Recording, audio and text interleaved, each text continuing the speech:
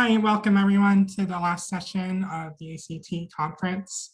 Our first talk will be by Michael Lambert from UMass Boston. So enjoy. And Michael, go ahead whenever you're ready. Okay. Well, thank you very much for the introduction. My thanks also to the organizers for hosting this conference and for having me speak. I'm going to share my screen. And, right. So I'm going to be talking about double categories of relations today.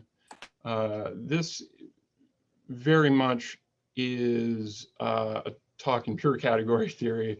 I have applications in mind. This is, I suppose, a theoretical foundation. Work in progress. So there is an archive draft, hopefully appearing in the Friday announcement. I'll make sure to include the address when the slides are posted. So a relation, as we know, is a monomorphism into a Cartesian product. You might as well work in a regular category, in which case a composition of relations can be defined. If you are willing to quotient out by an equivalence relation, the composition is strictly associative, and you end up with an ordinary category, let's say rel C. Otherwise, composition is only associative up to isomorphism, in which case you end up with a bicategory, rel C. In each case, the objects are given by C and the arrows are relations. If you were so inclined, however, you could opt for a sort of two-tiered structure. You could get a double category whose ordinary category is given by the objects and arrows of C, and the pro arrows are relations. Here again, the composition of pro arrows is only associative up to ISO. And this is what I'm particularly interested in. Now, here's the question. A little setup. An allegory is a certain type of category, or maybe sort of a discrete two category. It's equipped with an anti-involution satisfying a certain modularity condition. If an allegory is tabular, meaning that every arrow has what's called a tabulator, then it is equivalent to an ordinary category of the form rel C. Alternatively, you could have what's called a Cartesian bicategory. It could, if every object is discrete in a certain sense, it's known as a bicategory of relations. If such a bicategory of relations is what's called functionally complete, meaning that every arrow has a tabulator, then it is biequivalent to a bicategory of the form rel C. And so the natural question, I suppose, is which double categories are of the form rel C for some regular category C. So with that in mind, let's talk a little bit about double categories. A double category is a pseudo category object in two category categories. I'm particularly interested in equipments. These are alternatively known as frame bicategories or vibrant double categories. Basically, this is asking that every ordinary arrow in the double category has a special, special pro arrows called its companion and its conjoint. F upper star you can sort of think of as a substitution, and F lower shriek think of it as sort of a left con extension, if you like. These pro arrows should be equipped with special unit and co-unit cells that appropriately compose to internal and external identities.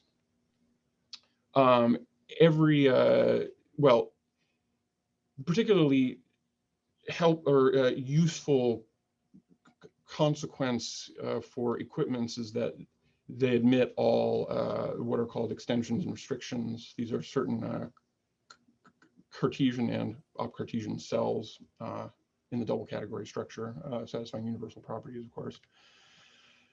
We're interested also in tabulators for double categories, which I've already alluded to in other cases. Tabulators are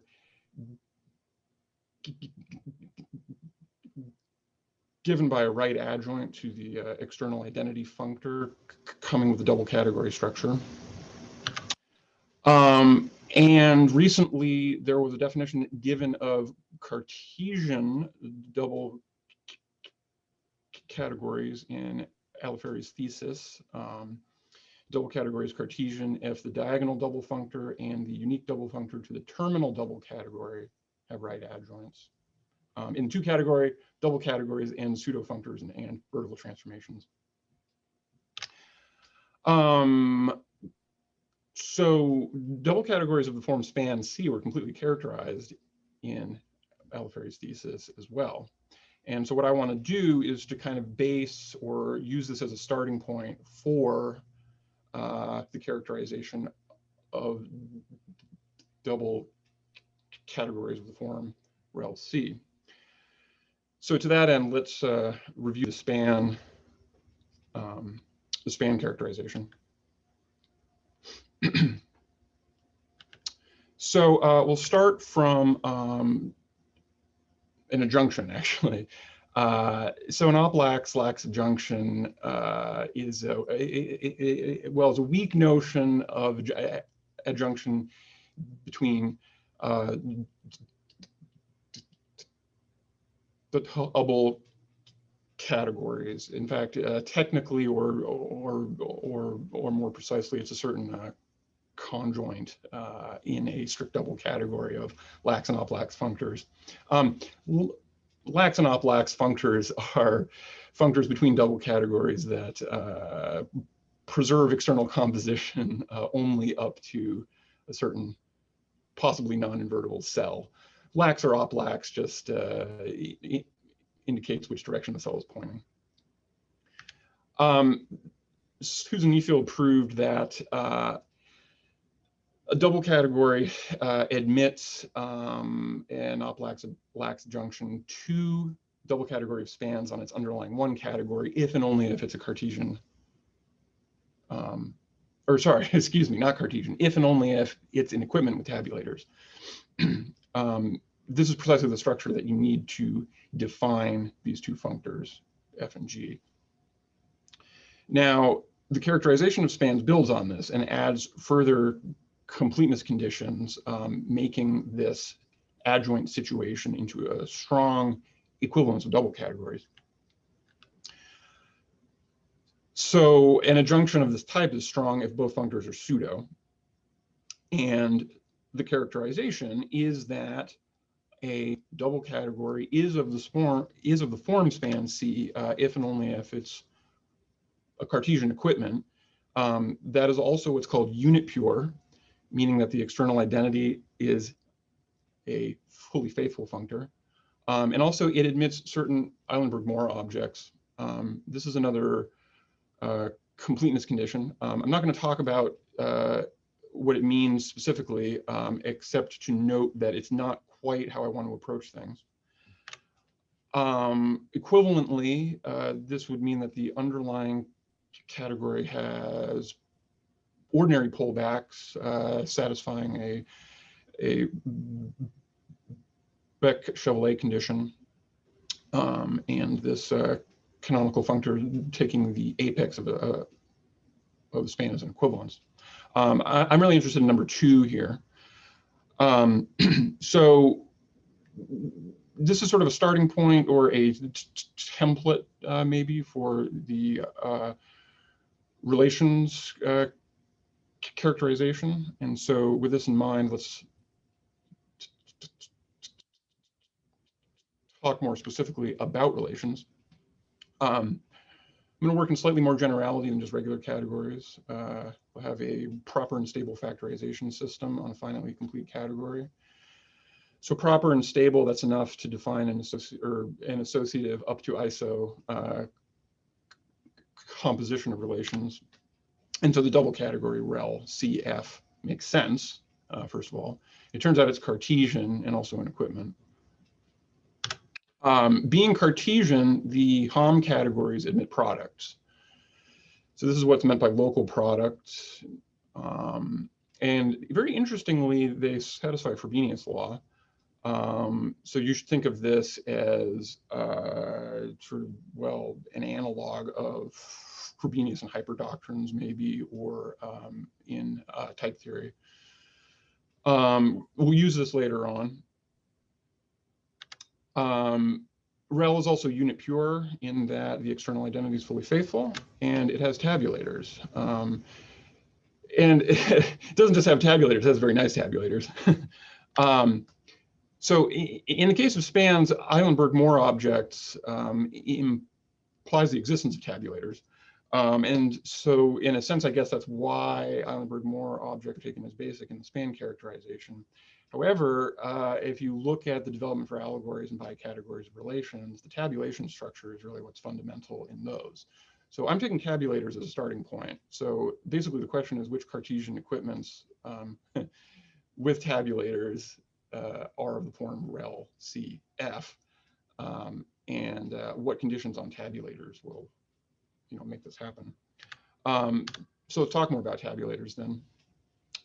For allegories, we're thinking of the arrows as relations, and a tabulator of an arrow is a pair of arrows, let's say F and G, such that they compose in a certain way to the original arrow after hitting one of them with the anti-involution.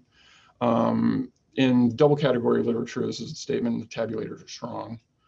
They should also satisfy a certain monic condition that a meet is the identity. So I've already said for double categories, tabulators are given by a right adjoint to the external identity. But in a bit more detail, the actual structure is that the tabulator of a pro arrow is sort of an apex object with a co-unit cell. And the co-unit cell has external source and target arrows that I usually denote by, say, L and R for left and right. And in rel, these satisfy some very nice properties, namely, the legs L and R of a tabulator are jointly M monic. They are arrows of the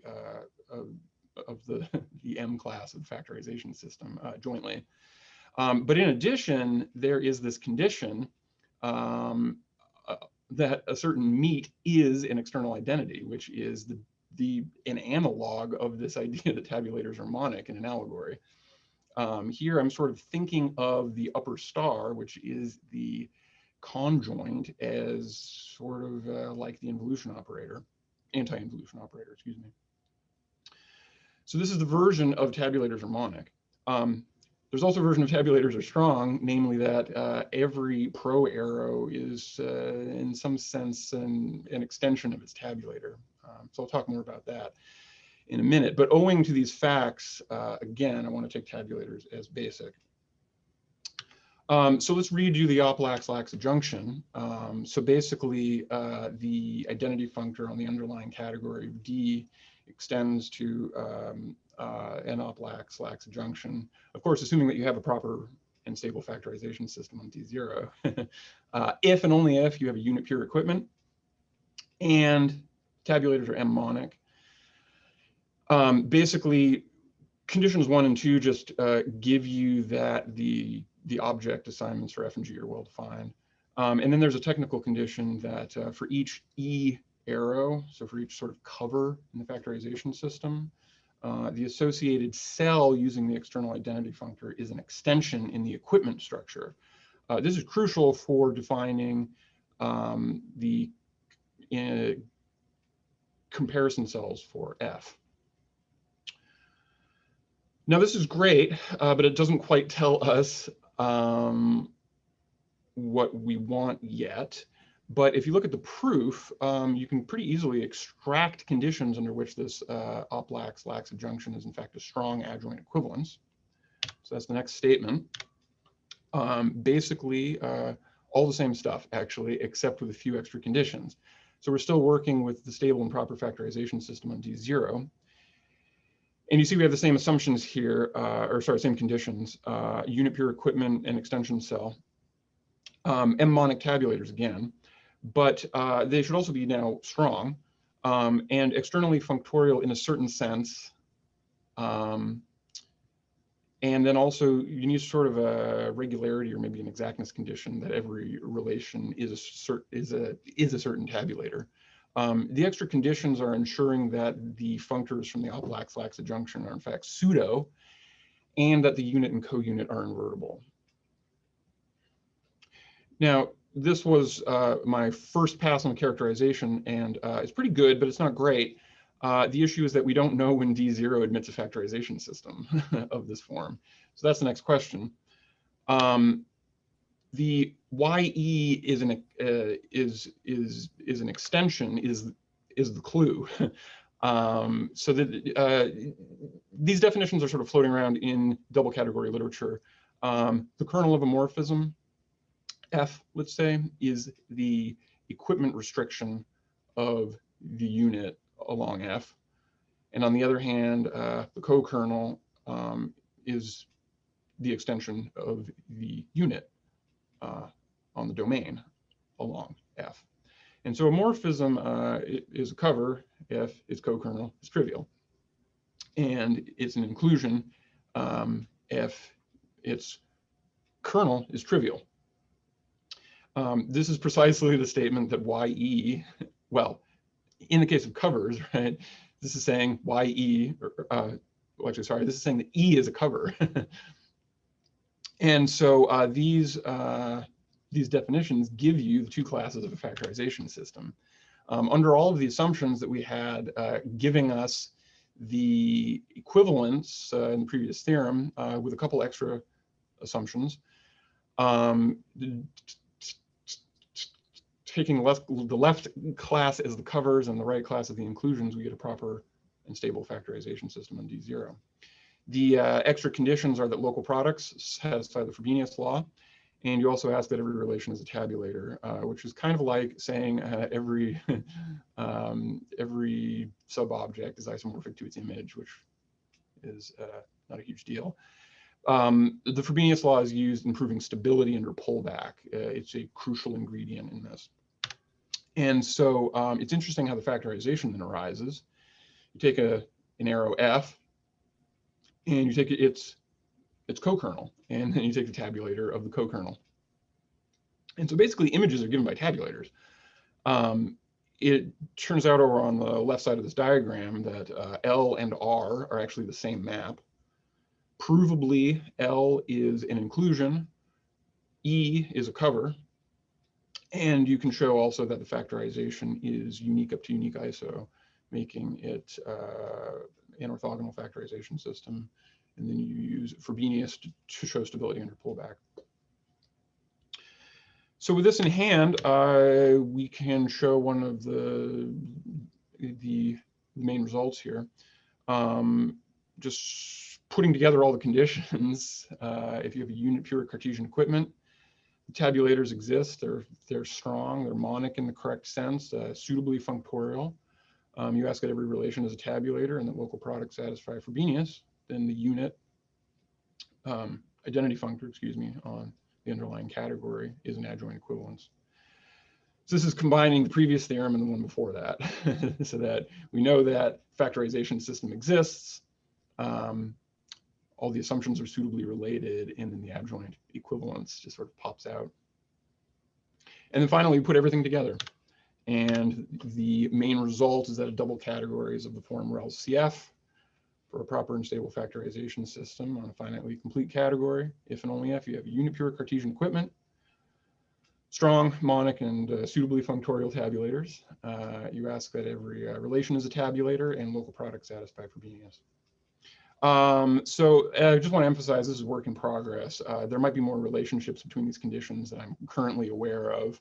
I would like to try to figure that out. I have a number of applications in mind, but that's all future work, so I'm not going to talk about them specifically. I suppose providing a categorical semantics of relational theories or regular logic is in the cards, but that's all for future work. So that's all I have to say. So thank you very much for listening, and I will be happy to answer any questions. Thank you. Are there any questions from the audience? I have some. Okay. All right. Yeah. Sorry to jump in and steal the questions, but I have. Please, Chad, go ahead. Yeah. So, Michael, I like you did the sort of relations in a category with finite limits and a stable factorization system. Yes. Does your characterization get? I mean, does it get sort of easier? Are there fewer bullet points if we just assume it's regular?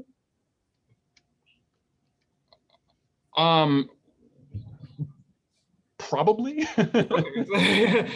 All right, that's a good answer.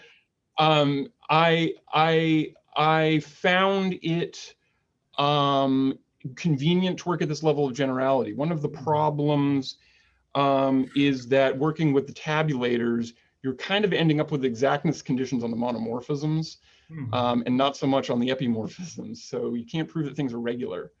Well, actually, sorry, not things. You can't prove that that covers are regular in the setup that I have. So I really wanted the tabulators to function as the sub-objects, which gives you more to work with for the sub-objects, but less to work with on the covers. Well, I mean, that's really interesting, right? That working yes, in it is. a more general setting where you can construct relations makes it easier. Right. Now, there's a, so Max Kelly has a paper on exactly the situation that I've been talking about. I know it. Which is that working in a proper and stable factorization system has a certain level of spurious generality.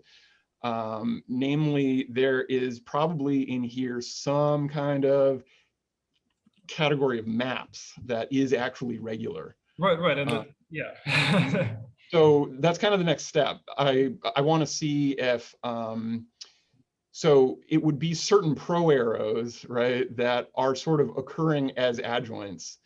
And those should be the maps. And if you quotient out appropriately, you should get a genuine regular category. And it very well might simplify things. So yeah, like I said, this is work in progress, and that is exactly one of the next steps. Yes. Oh, great.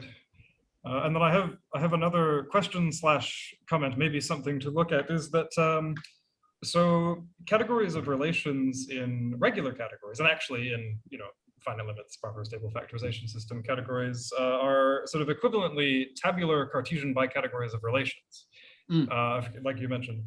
And equivalently, Cartesian bicategories of relations where co-reflexive morphisms split. And another place where splitting co-reflexive morphisms is very important is the theory of restriction categories.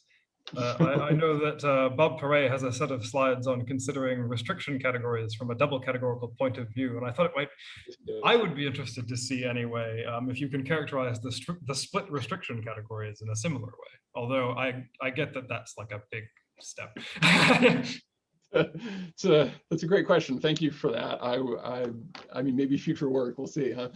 Yeah, well, this is something that I've been interested in, but I don't have anything. Oh. Well, hey, let's work on something together. How about that? Yes, okay.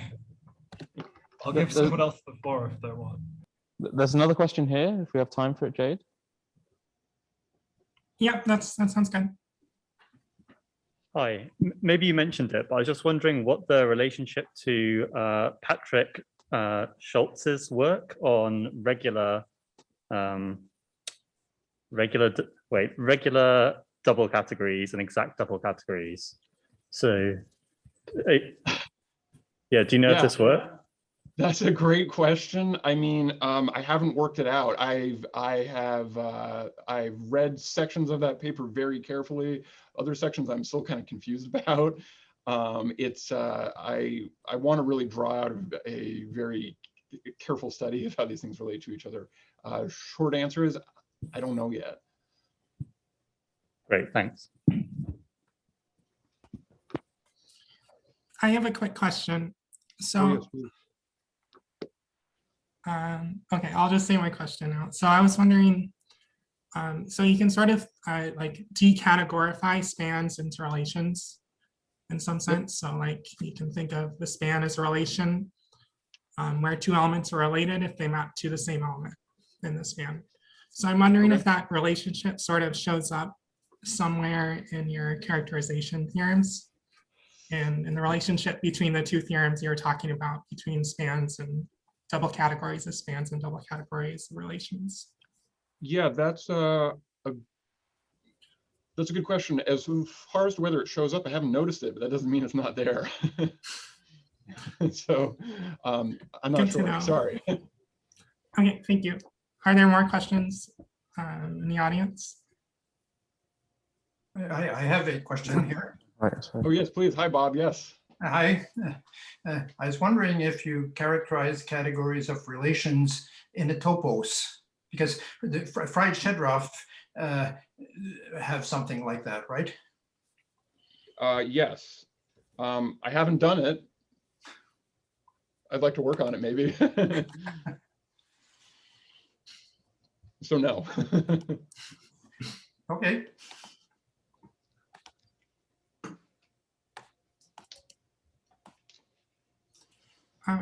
Okay, great. Are there any more questions from anyone? Nothing here. Okay, so thank you. Let's all give Michael Lambert, Michael, another round of applause. Thank you for the great talk. All right, thank you very much. And maybe we should wait a couple minutes. Or I guess we can start right away. What do the local organizers think? I'm not sure which to do.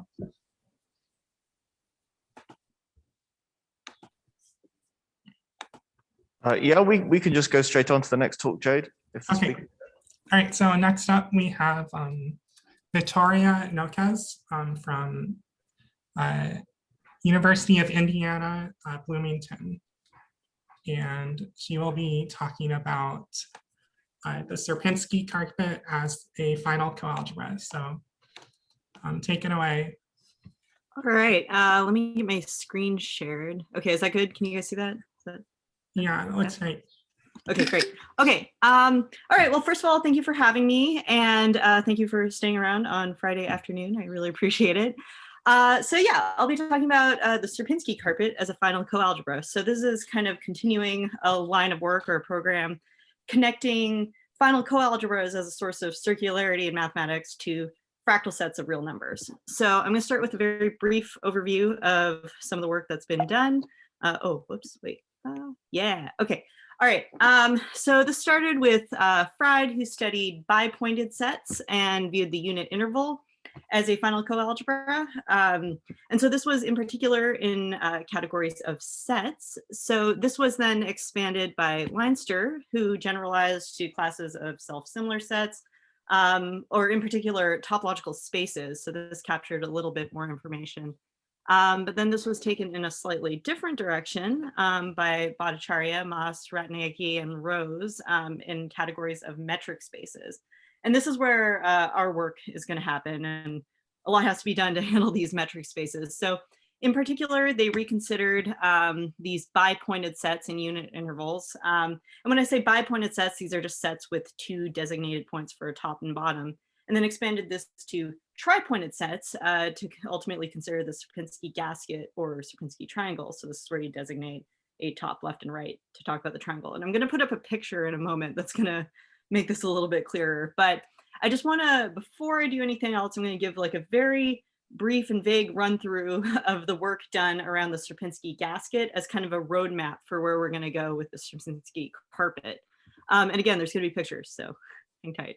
All right, okay, so towards understanding the Sierpinski gasket as a final coalgebra, the idea was that they took this, this category of tripointed metric spaces and took a functor which corresponded to iterations of the Sierpinski gasket and took a colimit of an initial chain with that functor and used Adamic's theorem to get that thing to be an initial algebra.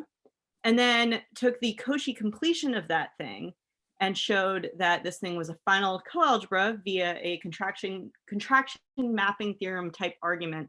So I'm not going to go into too much detail about this, but the idea being that to show it's a final coalgebra, what they needed was to get a unique morphism between an arbitrary coalgebra and this guy, such that this nice diagram commutes. And so they took a map of the set of morphisms and showed as a contracting map to get the required unique morphism.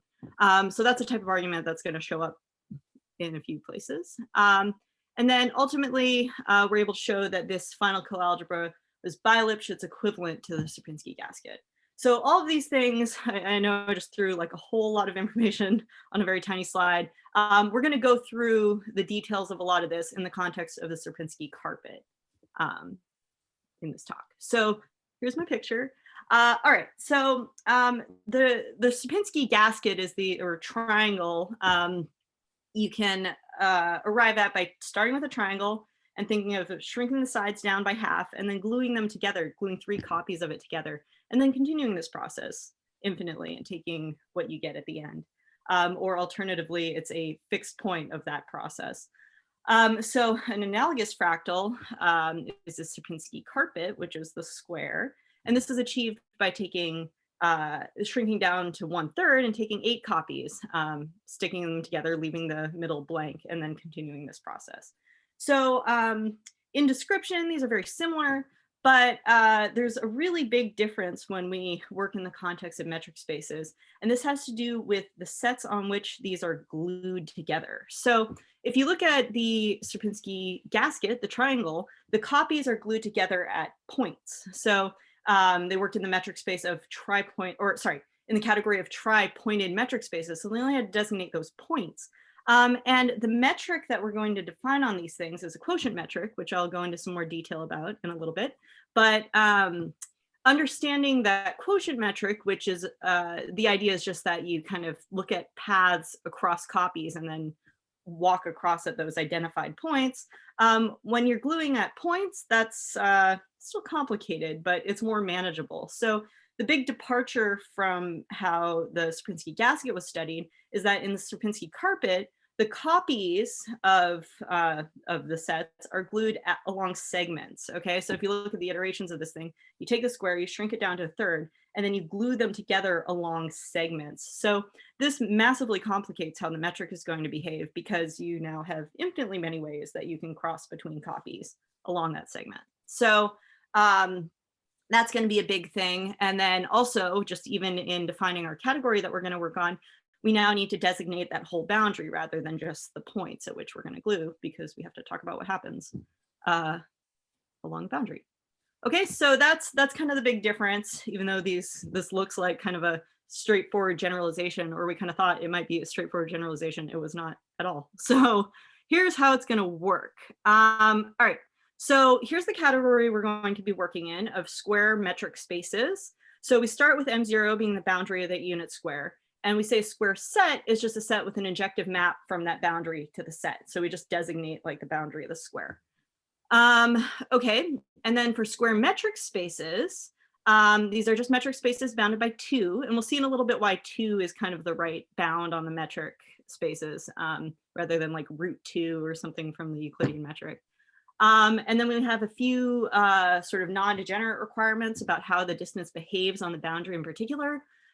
We need the sides to just behave like unit intervals. And then we need the distances on the boundary to be bounded below by the taxicab metric. So we'll see towards the end sort of morally why the taxicab metric is like the right metric to think about these squares. But taxicab metric just being where you take the sum of the horizontal and vertical components. Okay, so and this just kind of prevents the corners from like collapsing or anything weird happening with kind of the geometry of these square sets as metric spaces.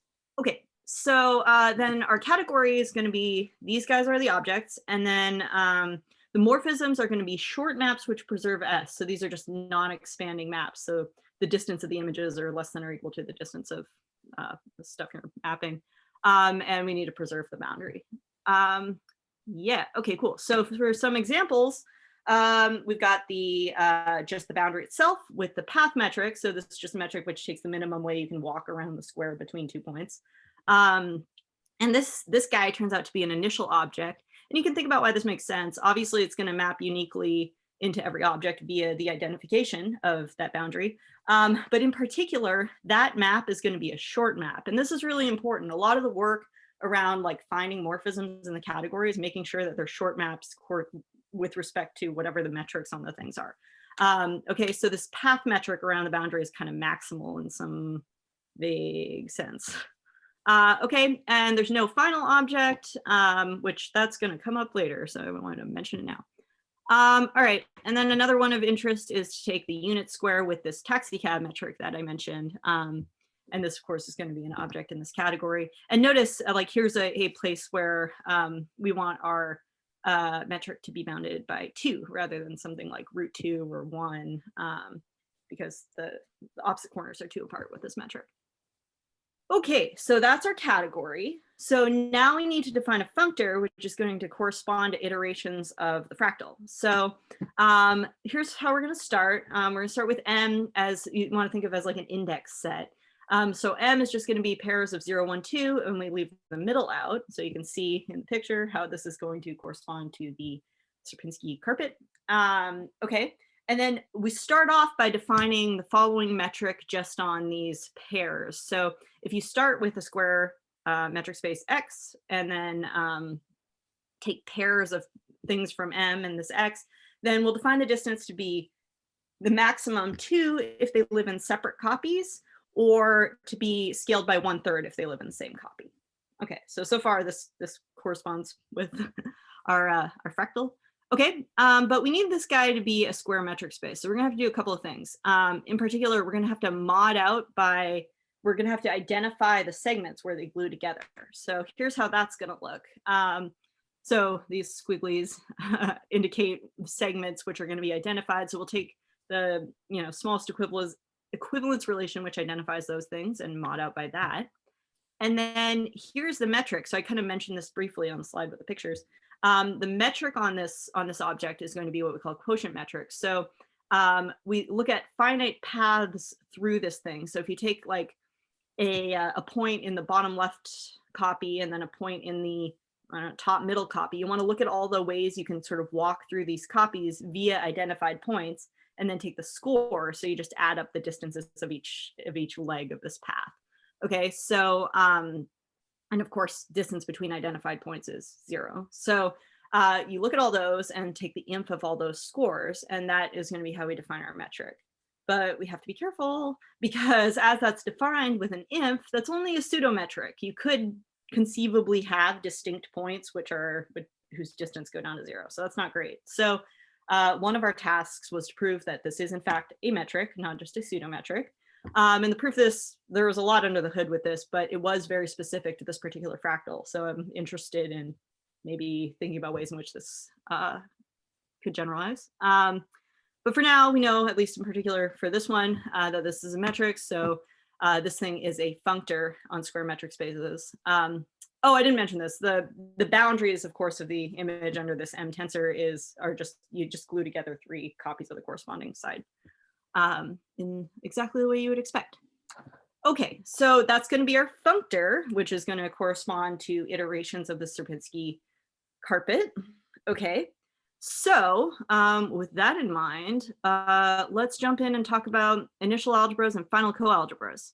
So to find the initial algebra, we're going to take an approach much the same to the work done on the Sierpinski gasket. So we're going to consider this initial chain. Starting with the boundary of the unit square, and then applying this functor we just talked about. Okay, so we can show that colimit exists. It coincides with the set theoretic colimit. And in particular, itself is going to be a metric space and a square metric space. Yeah, and it's going to be preserved by the functor. So this allows us to apply Adonic's theorem, which tells us if we have this setup with the initial chain and things are preserved, then we get an initial algebra. So this is going to give us the initial algebra that we want. And again, this part is not new. This work, this part behaves the same way as the triangle. So nothing too weird happens here. But this is kind of where we're going to depart from the work that was done on the triangle. And one of the reasons is that this chain here, this initial chain, is the morphisms in this chain are not isometric embeddings. So in the case of the triangle, they are. And you can sort of think about how that's reasonable with their initial object as like just points, and then you shrink them down and glue them together, and you still have just these points. But in our case, here's something to note, is that in this chain, these morphisms are short maps, but they're not isometric embeddings. And the way you can kind of think about this geometrically is that what you're doing at each application of M is you're introducing a new collection of lines, right? So, or line segments. If you think about like M0 starting as boundary, and then you hit it with M, so you're kind of drawing like a pound sign in there, and then you keep doing that, right? That's going to shorten the potential paths between points because you have more lines to walk around on. Okay, so so those are short maps. So this is kind of a departure from the techniques used towards understanding the final coalgebra of the Sierpinski gasket. One other thing worth mentioning, and this was the case with the triangle as well, is that we can't just take like a dual of Adamic's theorem and get a final coalgebra because we don't have a final object. So that's not an approach that's going to work. So what they did for the gasket was they took the completion, which we're also going to do, but we're going to have to do some different work to show that that is a final coalgebra. So here's kind of the meat and potatoes of the thing. Okay. All right, so what we had to do in this case, and this is something I'm kind of interested in thinking about how this may generalize, is we had to think a bit of kind of an auxiliary functor, which I called n, which filled in the hole. So this is kind of reminiscent of what Freid did with the unit interval and just tacking copies together and getting more intervals. So it's reasonable to expect, and this winds up being true, although it requires a little bit of work to prove, that the unit square is going to be a final coalgebra for this functor. Okay, but in particular, it's going to be the unit square with the taxicab metric. So here's our justification of why why we use this maybe kind of weird metric on our unit square is that, and you can think about why this makes sense. So if you take this functor where you take square sets, and you just shrink them down and glue 9 of them together, and you keep doing this, sort of reasonable, you should wind up with something that's like the unit square. But if you imagine that quotient metric, what do you have to do? You have to walk between copies. So that's going to kind of look like kind of walking up through like an increasingly less coarse, finer, I guess, lattice. So you get something that is going to behave like a taxicab metric. So that's sort of like why this makes sense as the right metric to think about things in. Okay, so this guy's going to be a final coalgebra of this functor. But so what? So it turns out that there's an obvious natural transformation between the M functor and the N functor. So in particular, this requires a little bit of thinking to make sure that this is reasonable, that you have, like if you take M tensor B and look at N tensor B, that you have a short map between those guys. That's kind of like an inclusion. And the reason it's short is that in M, there's a hole. So you'd have to to find distances, walk around the hole. And in N, that's filled in, so it might be shorter to get across. Okay, so that's convenient because in particular, we have a map between the coalgebras of M and the coalgebras of N. So looking ahead, which I'm going to write on the next slide, we need, we're trying to find a final M coalgebra. So we're going to take advantage of being an N coalgebra in an interesting way. So here's how we're going to do that. We're good for time. Okay, good. All right. So we'll start with the Cauchy completion of the initial algebra, like the triangle people did. Okay, and then our goal is to show that that thing's a final M coalgebra. So in particular, what this is really going to boil down to is taking an arbitrary M coalgebra and showing that there exists a short map between that object B and our Q. And then getting the uniqueness and the stuff to commute and whatnot, that's going to come again from like a contraction mapping theorem type argument. But we need that set of morphisms to be non-empty to even like do that. So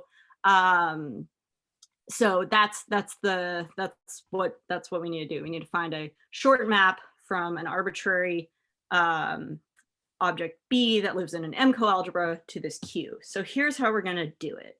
All right, so we're going to restrict our attention to what we call corner points. So this is kind of the main lemma that we needed. So let me put up this picture of a few iterations of this thing. So what we showed is that if you just restrict your attention to corner points, so corner points are exactly what they sound like. They're, if you take the sort of geometric interpretation, they're the corners of the little squares, or in the lattice picture that you get. Sort of more technically, you can think of them as if you take like a list of addresses from M and like K many, and then your last point out of U is like 0, 0 or 1, 1 or 1, 0, 0, 1. Okay, so the point is that if we restrict our attention just to those corners, then it turns out that we have an isometry between those if we are working in iterations with the solid unit square or just the boundary. Okay, so intuitively you might be able to go shorter in the solid unit square because you might be able to like sneak across or something. But the point of this is that you cannot. So we're going to take advantage of that to define some approximate maps. So here's how this is going to work. We're going to start with the map from B to U that we got from being able to think of B as an N coalgebra, and then U being the final N coalgebra. So we have a map so we can get to U, but then our goal is to get to Q eventually. So we'll approximate via these corners. And if you think about, like, if you take, enough iterations, you're going to be close to a corner, right? So we approximate with these corners to get maps to MK tensor U, which then we can go to MK tensor M0, and then G is the co-limit of the chain of those guys. So that takes us to G, which then takes us to the completion Q. So this is kind of a weird technique because these maps may not be short, but so they may not be morphisms in the category, but they're going to approximate the required short map. So this is how that works. Okay. So that thing's a final coalgebra. All right, I got like 2 more minutes, so let's power through this. So the last bit is that, so what? So where's the Sierpinski carpet? Well, it's going to be bi-Lipschitz equivalent to the Sierpinski carpet. Now, the Sierpinski carpet itself is not going to be a final coalgebra in this square metric spaces category, and the reason is that the map that you need is not going to be a short map. So it does wind up being a final coalgebra if you just restrict your attention to sets, but that at least gives us a bijection between these. And then for bi-Lipschitz equivalence in the metric space setting, we have the following inequality. So this is the definition of bi-Lipschitz equivalence, is just that you have a constant. Our constant happens to be 2. Okay, and very intuitively, the reason that this works is that, so I did something kind of subtle here. I considered the Sierpinski carpet in terms of the taxicab metric. Turns out that's bi-Lipschitz equivalent to the Euclidean metric. So morally, it's the same. We get the result for the Euclidean metric as well. But the idea here is that if we restrict our attention to just horizontal and vertical segments, which constitute the taxicab metric, if you're working the quotient metric, going around a hole is going to at most double your distance, is the idea. Okay, so this requires a lot more work to prove it carefully, but that's the idea. So between your quotient metric and like a taxicab type metric, you're increasing your distance by at most 2. Okay, so just to kind of conclude, what we proved is that if you take Q, the Cauchy completion of the initial M tensor algebra in the category of square metric spaces, that's a final M tensor coalgebra, and is bi-Lipschitz equivalent to the Sierpinski carpet in the plane with the Euclidean metric. And just a few more thoughts on this. This is what we've done is formulated a set of category theoretic results related to Hutchinson's theorem about self-similar sets. And by studying this particular fractal, we connected analytic concepts with like these category theoretic ones via colimits in metric spaces in particular, approximating short maps with possibly non-short maps, and using techniques like co-recursive algebras in place of things like infinite sums to describe the objects in these fractal sets. And just as a closing remark, finding these fractal sets as final coalgebras by way of taking completions of initial algebras is pretty delicate. In categories of sets, it sometimes works, not always. And in metric spaces, we can at most get these results up to bi-Lipschitz equivalence. So that is where I'm going to wrap it up. So thank you very much. Thank you. Are there any questions from the audience? We'll clap at the end.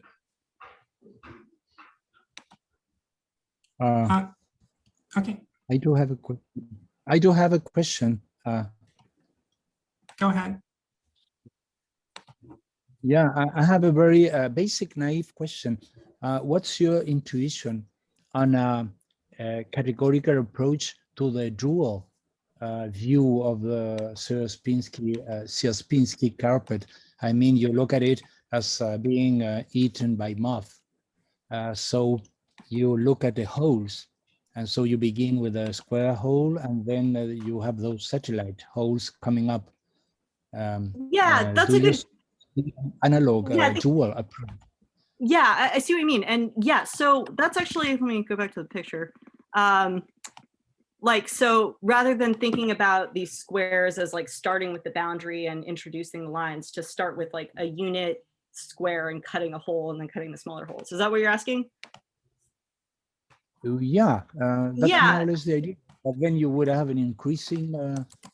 Yeah, so you, first of all, you can flip the direction of your arrows and think of this, because the shortness of the maps is going to be that as you remove the holes, then you're going to get possibly shorter distances. So yeah, this is an approach I thought about for a while of coming up with kind of ultimately the final coalgebra as like a limit of that chain going the other direction.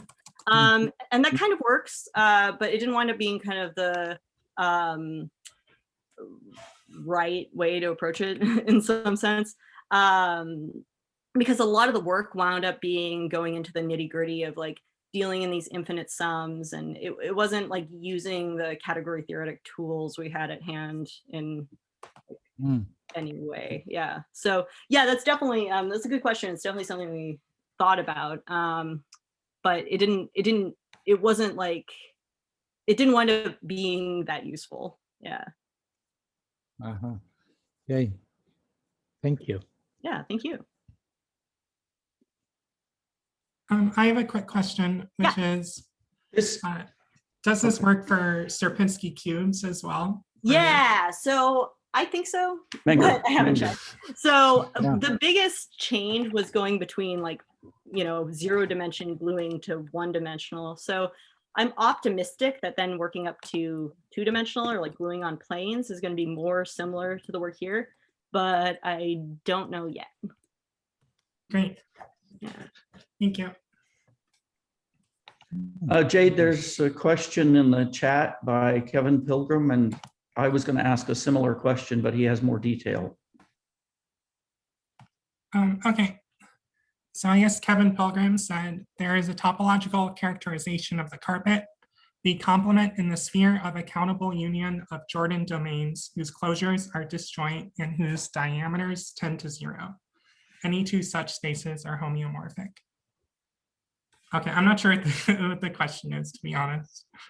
But they won't. Okay, my question would be a follow-up of that, in that the question is, have you considered how you can do the construction without any metrics because of these topological considerations, topological characterizations? Yeah, that's a lot of the work that Leinster did, thinking of these in terms of these topological characterizations. Personally, no, I have not, but a lot of the focus was like specifically around thinking of these things with a metric structure and thinking of ways to like view these as metric spaces in such a way that they were, we hoped, the same, but at least by Lipschitz equivalent to like the typical Euclidean metric in the plane. But yeah, I guess people do, though I haven't specifically yet. Yeah. Okay, thank you.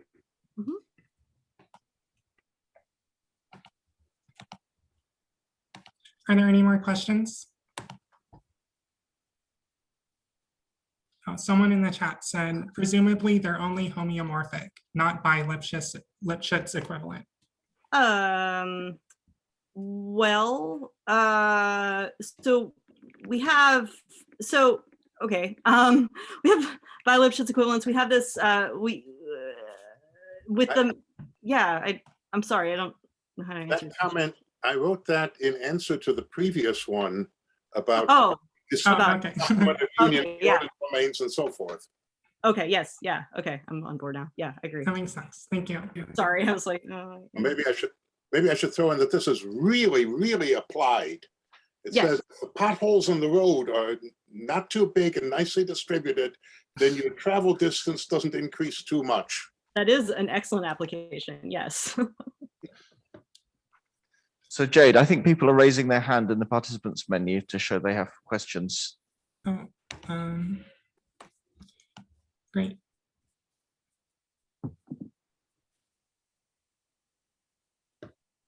Okay, maybe Matt, would you like to ask your question?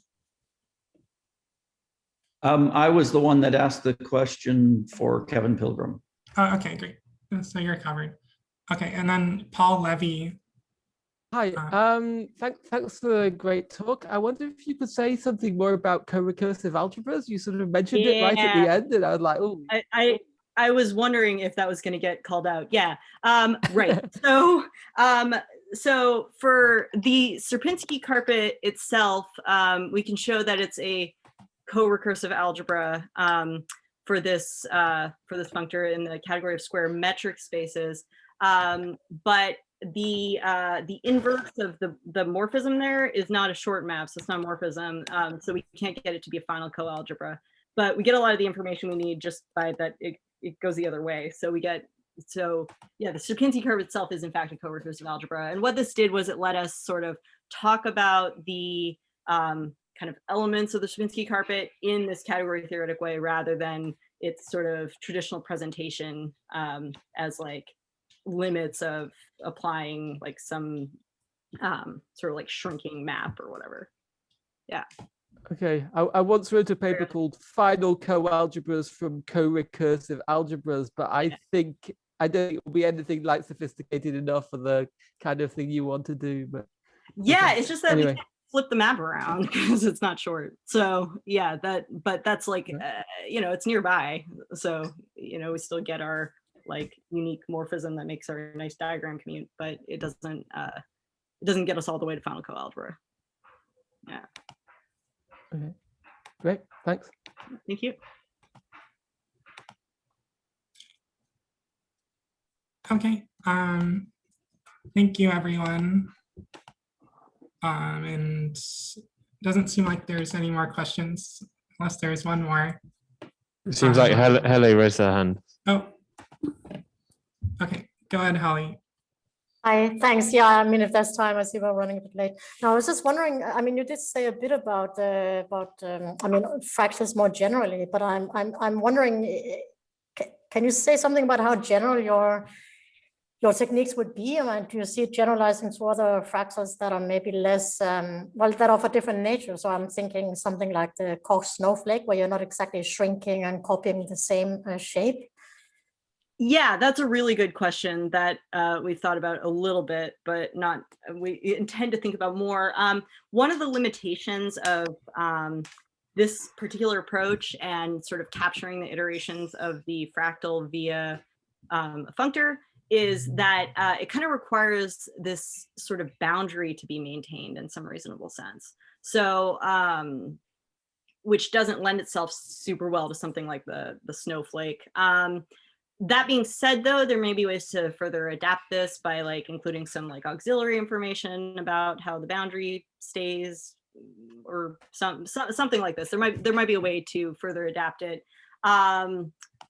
Yeah, so that's something I maybe thought about a little bit, but not in as much detail as I'd like to yet. But yeah, as far as adapting this to other fractals, that's hopefully there will be ways to generalize. Some of the bits are very specific to this particular setting, where some look like they're going to have potential to generalize to like a broader class. So some of both, yeah. All right, thanks. Thank you. Okay, thank you everyone. I think we're out of time, so let's give the speaker a round of applause. Thank you. Our final speaker is going to be Martti Karvonen from University of Ottawa. So take it away. All right, let me share my screen. I presume it's visible now. All right, so we can start. So I will be talking about the categorical approach to composable cryptography. It's joint work with Broadbent, who is an actual quantum cryptographer. So it's not just me working as an outsider. But anyway, I still kind of feel a bit like an outsider to crypto. And the biggest thing that surprised me when I started learning cryptography was that it's less compositional than all other computer science I had learned up to so far. So in particular, there's all these papers where they have a protocol and then they prove it's secure in some mathematically precise sense. So you'd expect that you could just take all these provably secure protocols and wire them together and expect that the end result would be secure as well automatically. And actually it can fail miserably. So in general, you need a new security proof, but there's also situations where you can't have a new security proof because the sort of composite protocol is no longer secure. And this is especially an issue when you sort of compose protocols in parallel, although I think it can also at times happen when you compose protocols sequentially, although I think that's less of a problem. And there's an actual case of this in the literature as well. So the original security definitions for quantum key distributions, the original protocols were just fine, but the original security definitions, where they prove that it's secure in this particular sense, were too weak to guarantee composability. And it took almost 20 years for the community to sort of figure out and prove the sort of correct security definitions. And cryptographers are well aware of this problem, and there are several approaches to this, although it's still fair to say that doing things composably in cryptography is a bit niche, and not everything is done composably. And usually these solutions to this problem rely on this real world, ideal world paradigm or simulation paradigm coming from multi-party computation. So there, the idea is that you have some real protocol P, and you're trying to use it to realize some ideal functionality F. So let's say you have your real world actual communication channels that leak information, aren't perfectly secure, but you try to have some protocol using them and try to reach some ideal secure communication channel. And we'd say that it's secure if for any attack on the real setup in the real world, there's a sort of corresponding attack, usually called a simulator, on the ideal world, such that the end results are the same in case of perfect security, or at least sort of computationally indistinguishable or hard enough to distinguish by any efficient environment or adversary. So sort of put more colloquially, this is saying that anything bad that could happen during the protocol could also happen in the ideal world. And now if your ideal functionality is sort of secure by fiat, you've defined it to be secure, then that will guarantee that your real protocol is at least as safe. But usually they then want to make this more precise, and there's two sort of branches of an approach how to do this. So the older strand is sort of fixing a very concrete and precise formalism for interactive computation. So there's, if you've heard of universal composability, that would be an example of this, and there's numerous other approaches. And then there's a slightly more abstract approach that sort of abstracts away from the machine model. And so these are fall under abstract cryptography, and it's close relative constructive cryptography. Both of these are very close in spirit to what we're doing, and I'm quite indebted to them. But I'd still say that they're technically very different. So in a sense, what they end up doing is that they build their theory based on a sort of novel algebraic theory of systems, whereas I'd like to maintain that there actually is a perfectly reasonable and older known algebraic theory of systems, namely that of symmetric monoidal categories. Anyway, so let's sort of discuss a bit how things look like in this viewpoint. And this is actually somewhat similar to the viewpoint on constructive cryptography. So they also talk about cryptography as being a kind of a resource theory, although they don't formalize it in categorical terms. But the idea is that you have, you have your various functionalities. So you might have some parties, they might have share some keys, they might have some channels available for them. And then they have protocols they sort of that tell you how to use all these resources you have. And then your goal is to build some target resource from them, and you should also build it securely. So for example, the one-time pad, you can think of it as a protocol that takes a key and an insecure channel and then produces a secure channel out of it. And in this viewpoint, in the simulation paradigm, the idea that it's secure is the same fact that the eavesdropper doesn't really gain any information from the ciphertext in the one-time pad because it's effectively random. So they might as well flip a coin on their own side and just treat that as a ciphertext, and they'd be none the wiser. So and that's sort of the simulator, this definition from the earlier side is saying that we should have. So that's discussed in more detail in the paper on constructive cryptography. So for example, you can then think of, in a one-time pad, you can only use the key once. So your message length is limited by the length of the key. But you could imagine using a secure pseudo-random generator to build a longer key from a shorter one. And then if you have a composable framework like theirs or like ours, then you can compose the two, and then you get from a short key, you get a long key, and then you can use that along with the one-time pad to get a secure channel that can send longer messages. And now in a composable framework, this will be automatically secure. And actually this is then the security proof of something that's known as the stream cipher. Now, just for the one-time pad, I want to advertise here because I won't be giving as many examples here due to time constraints. So I gave a string proof of the security of it in terms of string diagrams just a couple of weeks ago at the Structure Meets Power workshop. The slides are online at the workshop page, and I think the talk itself might be available on YouTube at some point.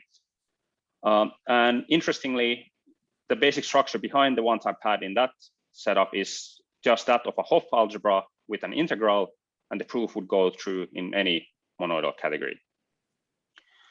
So anyway, let's now get closer to our approach. So basically we need an arbitrary category, or rather, if we want to have a symmetric monoidal category of secure protocols, then we should start from a symmetric monoidal category. And then you should have some model of attacks. And then the way things have been set up is that everything is composable by fiat. So in a sense, it sort of forces your security definitions to be such that everything is composably secure. And moreover, I'd like to think that this is sort of, in a sense, the mother of all composition theorems. So in all of these previous frameworks, you do a lot of work to prove that there is a composition theorem. And I'd like to say that that's sort of inherent to just this simulation-based idea, this real-world ideal world paradigm. And it's not really about the nitty-gritty details of the computational model. Of course, the nitty-gritty details of the computational model might matter once you get to discussing what you can and can't do securely. So of course, classical and quantum cryptography differ a lot in what you can do in each setting, and similarly, synchronous and asynchronous settings differ a lot. But just to get composable security definitions, I'd claim that you only need a symmetric monoidal category of where your computations live in. And now we also have a fairly abstract notion of an attack model that is strong enough to guarantee composability. But I also like to think that the sort of abstract general nature of it lets us model other kinds of attackers. So you might have attackers that are limited in some way, but you'd still want to reason about them composably. I'll give an example later. And we can also sort of relax a bit, and we don't have to just work in the world of perfect security. You could also work in the computational setting, and I'll say more about that. And in particular, we can sort of see some old results in a new light. So in some under some reasonable assumptions, if strong monadal functors will preserve security of protocols. And there's a similar result saying that sort of if you have a universally composably secure classical protocol, then it's also quantum UC secure. And similarly, in the abstract setting, there's a notion of an initial attack, and many interesting attack models do have initial attacks. And I'd like to think that that's a parallel of these dummy adversaries that exist in the universal composability framework, and it being sort of complete for security. And finally, we can use string diagrams to do proofs. So there was a security proof of the one-time pattern I mentioned, but there's also known no-go theorems in two and three-party cases. And curiously, all of these existing results, they often have somewhere sort of like, oh, here's a figure illustrating the proof. And it's a picture that really wants to be a string diagram, but the authors just didn't know it. And then they have a formal, often more involved proof that then sort of is they treat as the official proof. But now we can just treat the pictures as the actual honest proof themselves. So now let's have a brief recap on resource theories. So roughly, it's a symmetric monadal category, but you think of your object as resources of some sort, and then a morphism is some way of transforming a resource of some kind to a resource of another kind. So in that sense, if the main question you care about is actually whether a given resource transformation is possible at all or not. And once that's possible, then you might then ask further questions. So is there a nice transformation or whatever? But the main question you usually worry about is which transformations are possible or not. And actually, I'd like to claim that many resource theories arise categorically in the following way. So you have a chain of functors. So you have, first of all, a category D where your sort of protocols or free operations live. So what kind of transformations you can do freely. And then you have an interpretation of them in some category where your sort of semantics happens. And then there is a final functor R that then gives for each object the set, or perhaps some kind of space or a convex set or whatever of resources of a given type. And then the nice thing about this viewpoint is that the resulting category will be automatically symmetric monodal as long as the composite functor is lax symmetric monodal. So let's do two quick examples of this. So one is the sort of known resource theory of states. So you have some kind of subcategory of C of your free transformations, and then you just apply the home functor out of the tensor unit. And if you compute what the Grothendieck construction does, you'd say that your objects are now states in C, so maps out of tensor unit. And then a map that transforms a given state to another one is a map F that's free, so it lives in the subcategory such that when you sort of plug it into the state, you get the target. But you could do another interesting variant of this, which sort of has a nice interpretation. So if you take the sort of n-fold Cartesian product of your category of free processes, and then sort of just tensor those together and now play the same game, then an object is now a state together with a labeling into sort of n parts. And then a transformation is then a tuple of n transformations that collectively taken together transform the state R to the state S. And now we can think of this as a sort of setting where you have n parties, and now they collectively agree on a protocol or an action for each of them to perform on their own. So, agent I should perform Fi, and then their goal is to transform R to S. And this is already kind of close to cryptography. So you could imagine that this R here is some box that has some kind of functionality. So it's some interacting box, and each agent has a port of some type, and they can, I don't know, send messages there and receive messages along there, interact with the box. And now the task is to tell each of them some protocol that each of them should obey, and then the end result should be some target resource S. However, there's no security in this setup. So there's no guarantees if some subset of the parties misbehaves. So in particular, you might worry about some fixed subset J of these n parties that might be replace sort of their respective FJs with just a collective joint morphism that of the appropriate type instead. And the simulation paradigm then would say that, okay, if for any such attack, the same subset of parties could have had just attacked the end result S and be none the wiser, so the end results should be equal. And now we sort of abstract from this idea by formalizing, giving an additional structure on your category that gives for each protocol F a collection of morphisms that are sort of the possible attacks, possible things that could go wrong when you're executing the protocol. And then we just formalize the security notion in terms of such a attack model. So I'd like to say, yeah, so in this sense, we'd say that an attack model consists of the following structure. So for each morphism, you have a class of morphisms of C. And here it's actually important that I'm not saying anything about the type of these. So they don't have to be in the same home set as F itself is, which makes the definition perhaps a bit unsightly. But so far I found it to fit the examples and it still gives a theorem, but perhaps it should be revised in the future. But anyway, there's some axioms I want to impose on these attacks. So first of all, it should be possible that the adversaries don't misbehave and they actually follow the protocol. But the more important ones concern composition. So first of all, if you have two composite protocols and you had two composable attacks, then the composite of these attacks is also an attack on the composite. And I'd also like to be able to factorize any attack on a composite as a composite of attacks. And similarly, I have a similar condition for the tensor product. So if you have a tensor product of attacks, it should be an attack on the tensor product, and you should be able to factor any attack on a tensor product of protocols.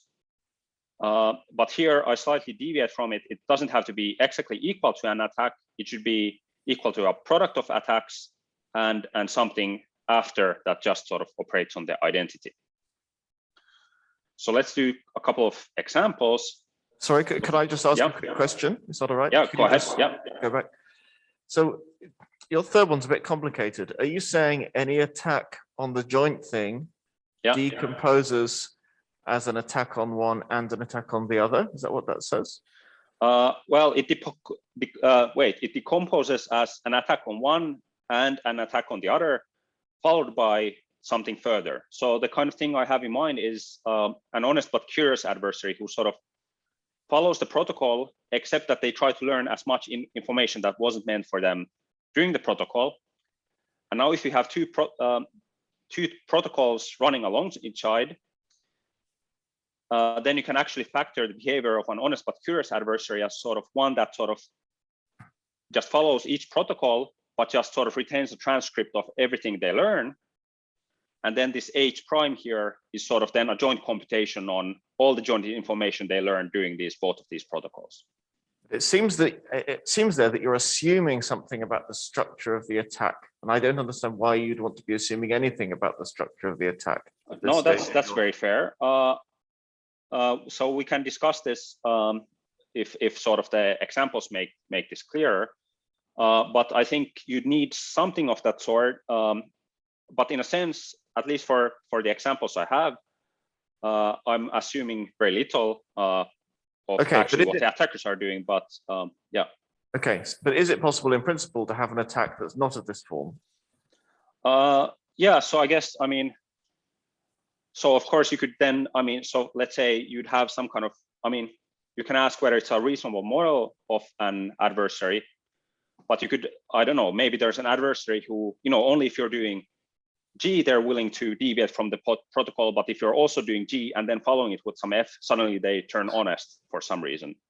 I don't know why anyone would behave in such a way, but if that was your model of the attacker, then it sort of would break this assumptions. Okay, I mean, I'll let you go on, but I mean, you're saying you don't know why an attacker would behave in that way. Well, the reason is because it doesn't seem like it would be very effective as an attack, but well, then you should be able to handle it, right? That's not, I don't see it. That's fair.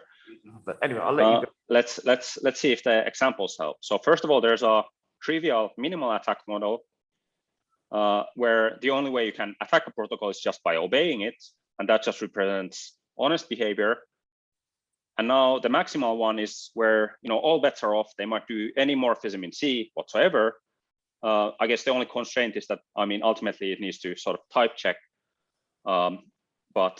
Anyway, there's sort of no safeguards. They can do anything whatsoever. And finally, not finally, the other thing we can build out of these two is that you can take products of attack models. So an important special case is that if you have sort of categories C1 to Cn, or just in this case, just two categories C1 and C2, then you can take products of attack models where some are minimal and some are maximal. And that's in this two-party case, it will then represent a situation where the first party, they cannot deviate from the protocol. Whatever the protocol says they have to do, they will follow it. But the second party might do anything whatsoever. And now that's a situation where you have Alice and Bob, and Alice is honest, but Bob is malicious. And now I've checked in some detail, although to be honest, it should be also, I should properly write it down as well. But I can also do this kind of axiomatization with these honest but curious adversaries I just mentioned. And there, the set of attacks genuinely depends on F instead of sort of being the same regardless of what the adversaries were supposed to do. And now we can define security against such an abstract attack model.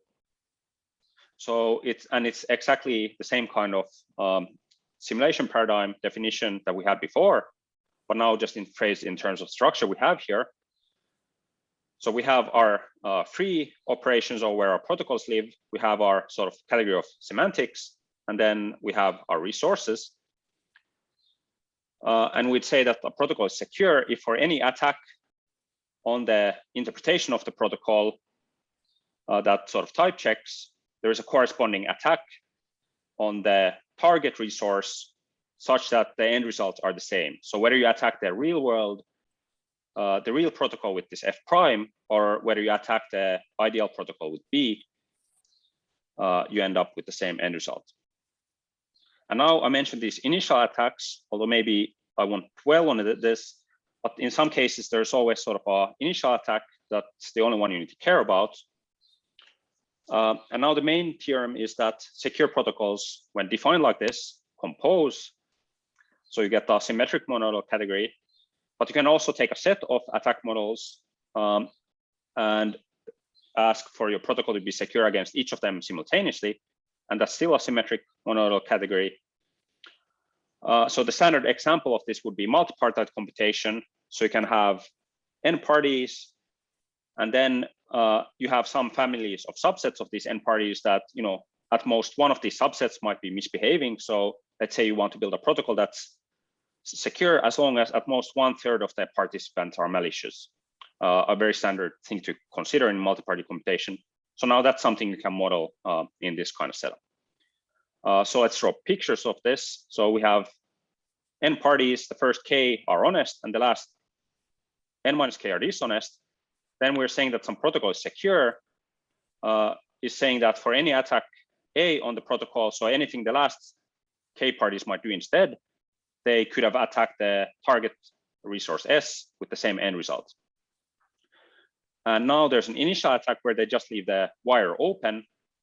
And then the security condition in that case says that there should be some attack B on the ideal resource S, and the result should be the same. And similarly, for the honest but curious attackers, there's an initial attacker who is one who just retains a full transcript of the protocol, and anything else they might learn from it is something they can compute out of that. And now I think I won't rush over time, so I'll skip this. I'll just say that there was this two-party no-go theorem, I mentioned that we can draw pictorially, and it has a genuine cryptographic significance, at least provided you can actually model these in a compact closed category, which we need for this particular no-go theorem, not for the three-party one.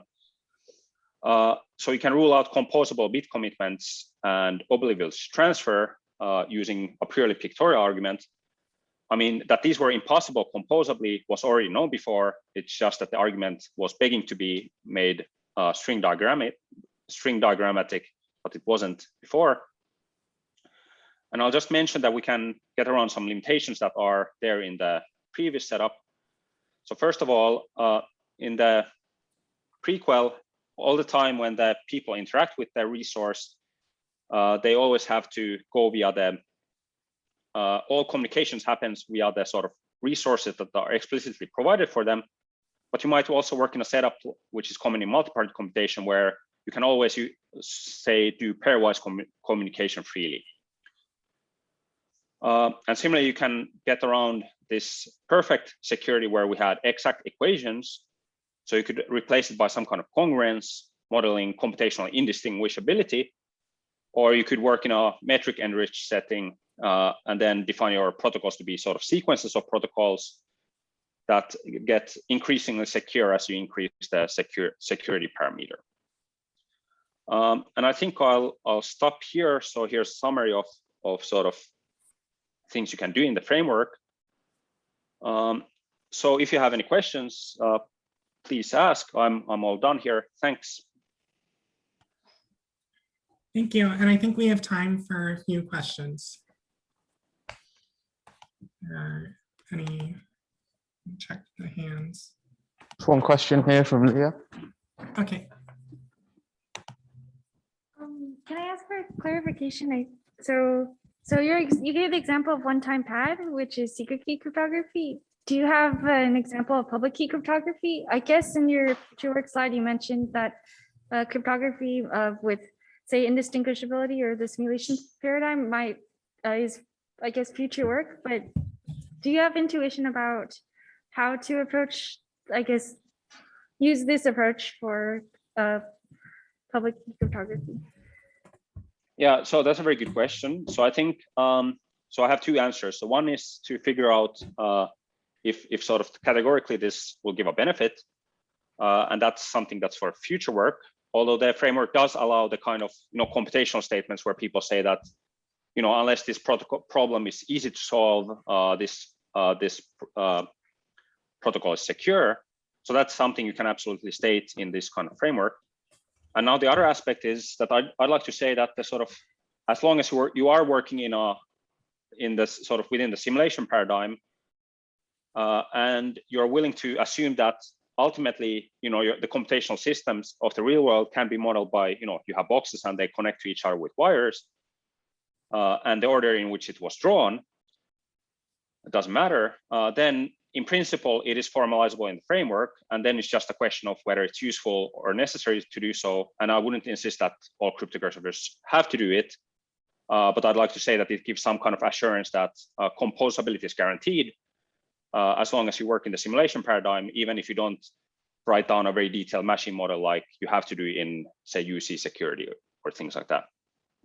Can I have a follow-up question? Have you looked at the random oracle model, since that is something that cryptographers usually draw as diagrams? So I definitely think that a lot of the pictures they draw there should be amenable to this as well. But I haven't looked at the work there in detail, and that's a good suggestion for something I might look at. Thanks. Thank you. So we're out of time. So if people have more questions, maybe we can do it after clapping real quickly. So let's thank our speaker.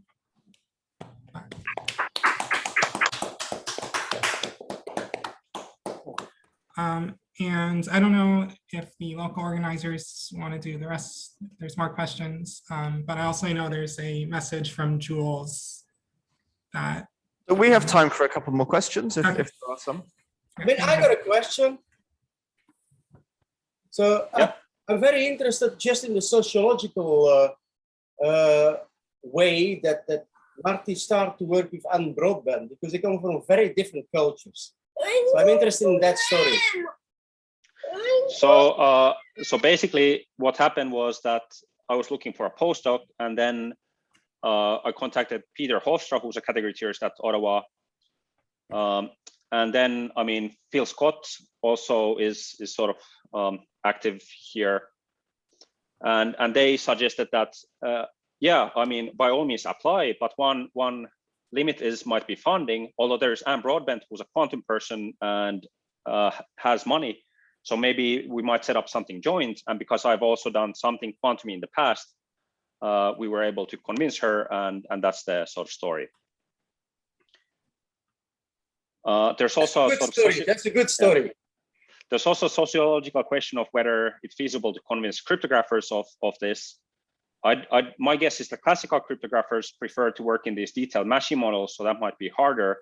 But the quantum cryptographers already write in terms of sort of this abstract crypto or constructive crypto, and I'd claim that this makes some of the technicalities behind it a bit cleaner. But that's still something that I need to actually make a more convincing case for them, I guess.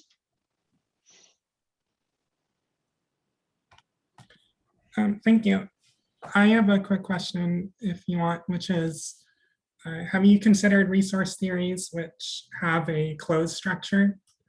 And if you have, do you know if that sort of makes the possible attacks more expressive in some way?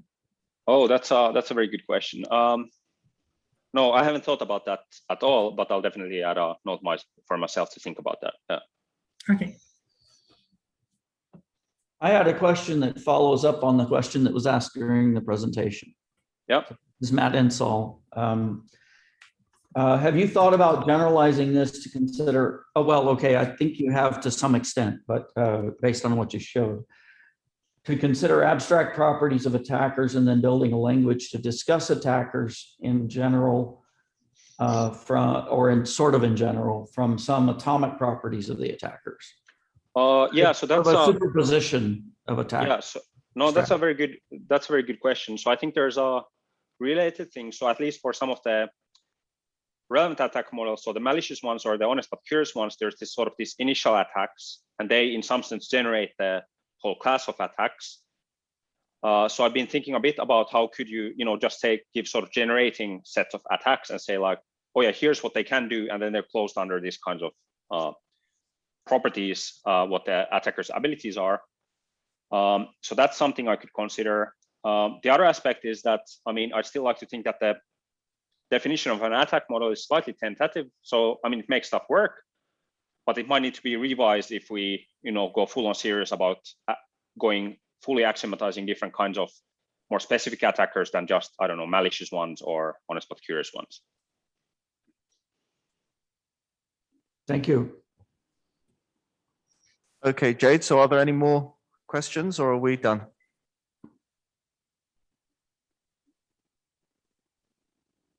Sorry, I can't hear you. You're muted. I think we're done. I don't see any more. Okay, thanks very much, Jade. And thanks everybody for coming to ACT in person or remotely. I hope you found it worked all right. Thanks to my co-organizers who did a really hard job this week and in the weeks before. That they had to come to this lecture theatre at least 10 Jamie, times. can I interrupt you? Jamie, sorry to interrupt. So organizing a conference, even in normal times, is a whole bunch of work. Organizing a hybrid conference in the time of COVID looks like an incomprehensible amount of work. Just the level of organization needed to make this thing run smoothly at all. Jamie has somehow navigated all of the COVID regulations, all of the uncertainty, and given those of us here in Cambridge something that pretty closely resembles a normal conference experience. So our organizers are Open's phone, Lucas Heidemann, Neku, who is holding the microphone right now, Yanis Markakis over there, Alex Rice, who is in front of the Zoom controls, Karlin Tataru, and Jamie Vickery. Let's show them how much we appreciate all the hard work. I want to say, as a member of the steering committee, we actually insisted on a hybrid thing, and so we are a bunch of assholes to push Jamie into this, and he did amazingly. He did amazingly. So yes, thanks. Nobody could hear anything you said, Bob, which was probably for the best. I was telling you nice stuff. Okay. So on that bombshell, see you all next year for a probably another hybrid ACT. Thank you. Looking forward to it. Thank you. Wait, so if people are candidate to organize the next one, let us know. Because I know at the moment it's very, very sort of challenging to even propose something like that, because nobody was going, and the sort of thing Jamie pulled off this year was like amazing. But the reality is this is probably the format for conferences for the future. Uncle Clem! And you shut up. I talk. No, you don't talk. I'm telling people thank you very much for everything. And now we say thank you to Jamie again, hopefully.